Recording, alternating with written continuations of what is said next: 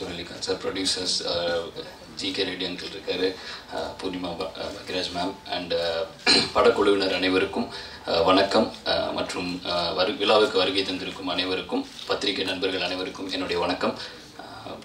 எனக்கு வந்து ரியானா மேம் எப்பவுமே கால் பண்ணால் இந்த மாதிரி ஒரு ஃபுட்டு டொனேஷன் கேம்பெயின் இருக்குது வந்துருப்பா, அப்புறம் வேறு ஏதாவது புக் டொனேஷன் கேம்பெயின் இருக்குது, ஸோ இந்த மாதிரி ஸ்ட்ரீட்ஸ் க்ளீன் பண்ணுறோம் அப்படின்னு சொல்லி. ஏன்னா அவங்க ஒரு அரவிந்த் ஜெயபால் இங்கே இருக்கார், ரெயின் ட்ராப்ஸ்னு ஒரு NGO நிறைய விஷயம் பண்ணிட்டுருக்காங்க.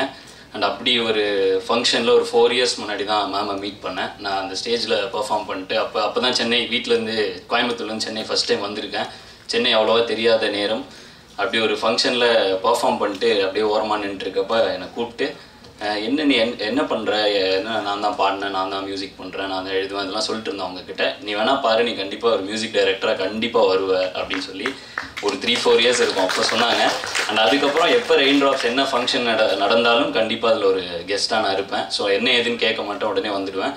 எனக்கு ஒரு 3 days முன்னாடி கால் பண்ணி நான் என்ன ஏதுன்னு கேட்கல, வந்து பார்த்தா பெரிய சர்ப்ரைஸ். ஏன்னா நான் வந்து ஒரு இண்டிபெண்ட் ஆர்டிஸ்ட்டாக இருந்த டைமில் ஸ்டேஜ் ஷோஸ்லாம் பண்ணிட்டுருப்போம். ஏன்னா அப்போ தான் ஒரே வழி, இண்டிபெண்ட் மியூசிக்குங்கிறதுக்கு ஒரு ஃபினான்ஷியல் இது கிடையாது. ஸோ எங்கெங்கெல்லாம் ஸ்டேஜில் பாடியது இதெல்லாம் கிடைக்குதோ அந்த மாதிரி இருந்த டைமில் எங்கூடையே ஸ்டேஜில் அந்த டைமில் நாங்கள் பாட போனால் அங்கே மிமிக்ரி பண்ண வருவார் விக்னேஷ் கார்த்திக். ஸோ நிறைய டைம் அவரை இப்போ நான் அந்த மாதிரி ஸ்டேஜ் ஷோஸில் தான் மீட் பண்ணியிருக்கேன். அவர் பெரிய ப்ளசன்ட் சர்ப்ரைஸ். அவர் டைரக்டர், வாழ்த்துக்கள். உங்கள் ஷார்ட் ஃபிலிம் பார்த்தேன், ரொம்ப நல்லா இருந்துச்சு, வாழ்த்துக்கள். அண்டு சிங்கப்பூர் தீபன்னா, அசார், ஏன்னா ஒரு 2 months இருக்கும் என் படம் பாட்டு ஒரு கொரியோக்காக ஒரு இடத்துல ப்ராக்டிஸ் பண்ணிருந்தோம். அப்போ அசார் அங்கே உட்காந்து நான் மேலே கீழே பார்த்துட்டே இருந்தார். அப்போ எனக்கு அந்த பார்வைக்கு அர்த்தம் புரியல. ஹீரோ சார் இப்போ தான் புரியுது. ஸோ எல்லாருக்கும் வாழ்த்துக்கள். Editor, cameraman sir and Sanchita Shetty எல்லாருக்கும் வாழ்த்துக்கள்.